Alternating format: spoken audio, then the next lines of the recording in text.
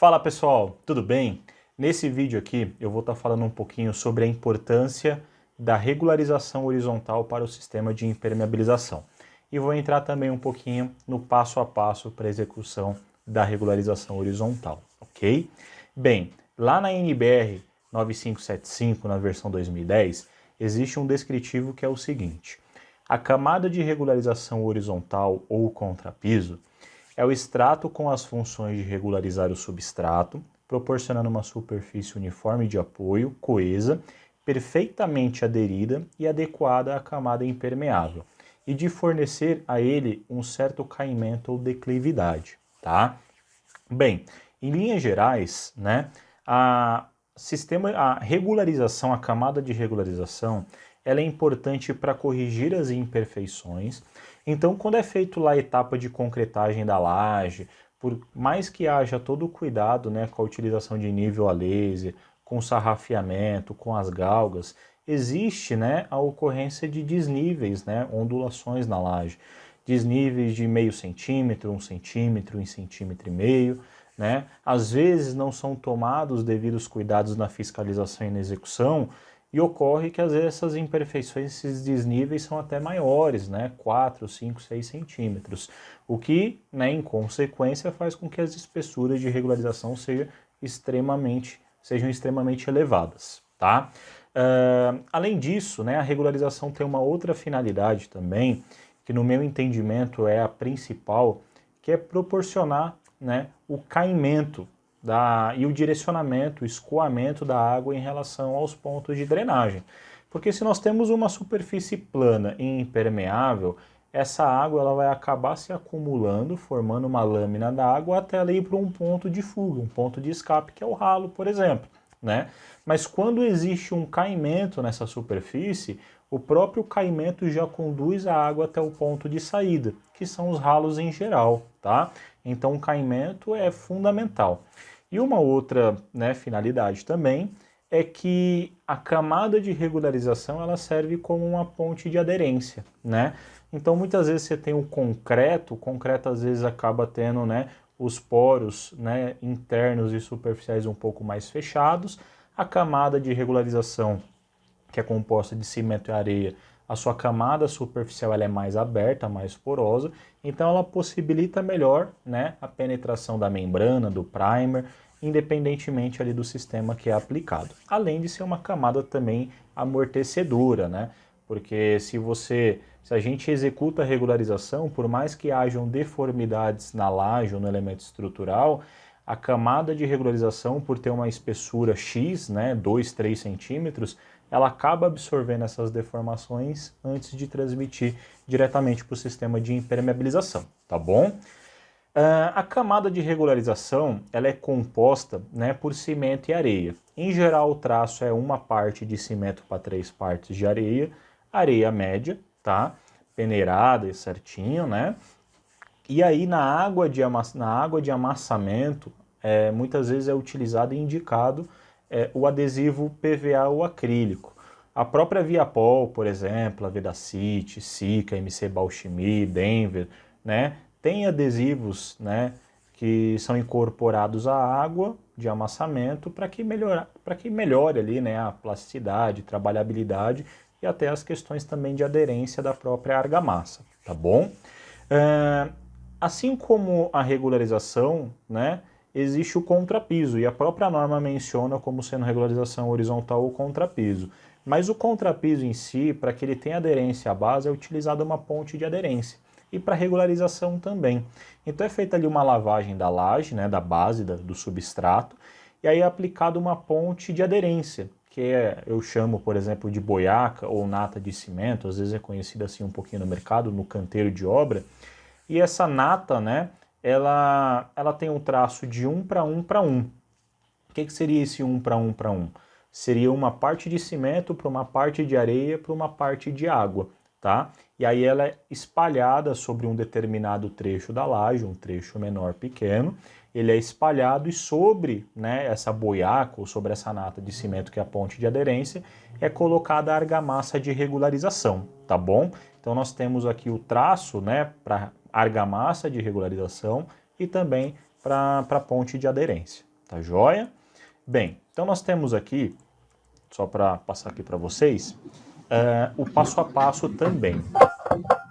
Então, antes da atividade em si, da regularização, é muito importante que sejam concluídas as atividades preliminares, né?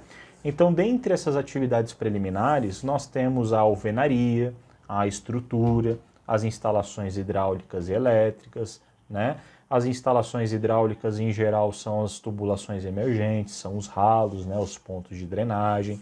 As instalações elétricas, normalmente, às vezes existem instalações embutidas em vigas invertidas, por exemplo, né?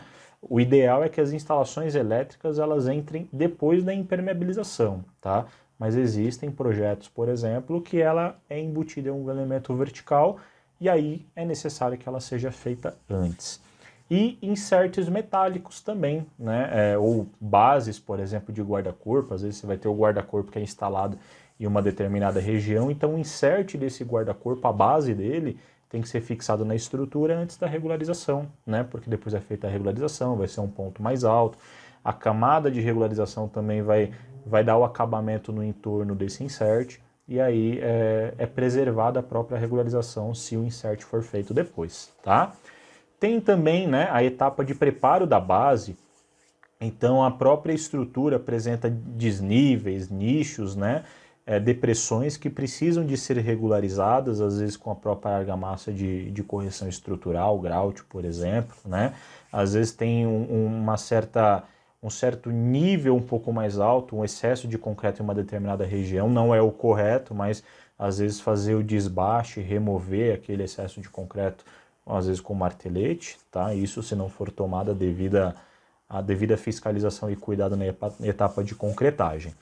Aí é feita uma limpeza, uma lavagem da camada de base, tratamento de fissuras dinâmicas também é bem importante que seja feito, lixamento de superfícies lisas, né? Então se a gente tem ali um tubo emergente, a gente tem um ralo, por exemplo, são superfícies lisas que muitas vezes o sistema, o produto, né, a impermeabilização adotada, ela não vai ter uma boa aderência. Então ser feito um lixamento, uma limpeza, né? Se tiver algum vidro, algum elemento metálico, por exemplo, é muito importante consultar o fabricante daquele material, verificar se aquele material é próprio para aquela utilização, mas o fundamental é ter um projeto, né? Porque o projeto ele já prevê essas interfaces, ele já é pensado justamente para que o produto selecionado, o produto a ser utilizado, ele já esteja de acordo com aquele tipo de superfície.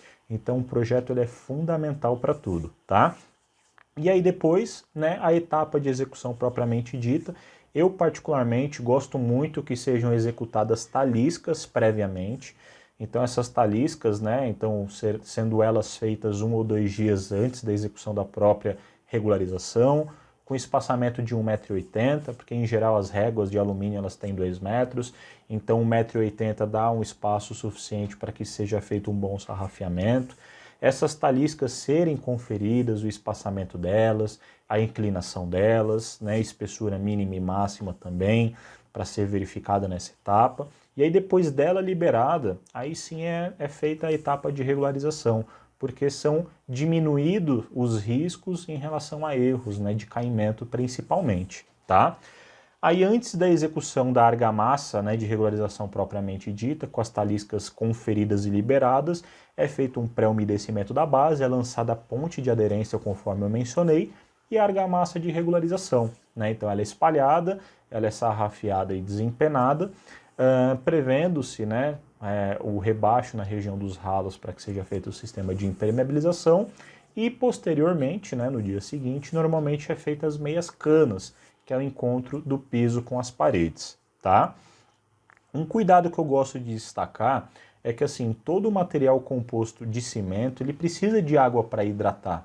E a regularização também, né? Ela tem cimento na composição, então os cuidados são os mesmos, né? E até mais críticos, porque se é feita uma cura úmida no emboço para receber ali uma argamassa colante, uma cerâmica, uma seladura, como é que eu posso dizer também, uma tinta, uma película de tinta, uma textura, etc., por que não ter o cuidado de fazer uma cura úmida também na camada de regularização? Que vai receber um primer, vai receber uma membrana, um material que tem que estar aderido à base para que tenha um bom desempenho, um bom funcionamento e uma boa durabilidade, né? Então a cura úmida ela também tem que ser feita. E algo que eu gosto muito também é de fazer testes e ensaios na camada de regularização. E existem duas vertentes, né? Os testes qualitativos e os quantitativos. Os qualitativos são até mais simples. Por exemplo, um teste de som-cavo, um martelinho tipo pena, um martelinho com ponta ABS, né? Então é feito ali um bate-oco ali em toda a superfície para verificar se tem pontos da regularização que estão com som-cavo, que estão não aderentes à base, e esses trechos identificados devendo, né, receber ali a ação corretiva. Um teste de resistência superficial, pegar um prego, uma espátula de pintura e fazer um risco sobre a superfície, verificar se ela está resistente ou não. De nada adianta, por exemplo, aplicar um sistema de impermeabilização sobre uma superfície solta, pulverulenta, né? Não vai ter aderência, então o sistema não vai ter aquela durabilidade projetada, tá?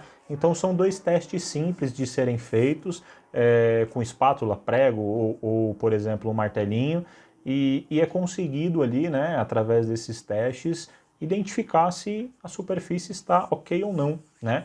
E quero destacar ainda que a regularização ela tem uma representatividade gigantesca em relação ao funcionamento, à durabilidade do sistema de impermeabilização, porque ela é a base, né? Então ela é o alicerce da impermeabilização, então é importante que ela seja vista com muito cuidado.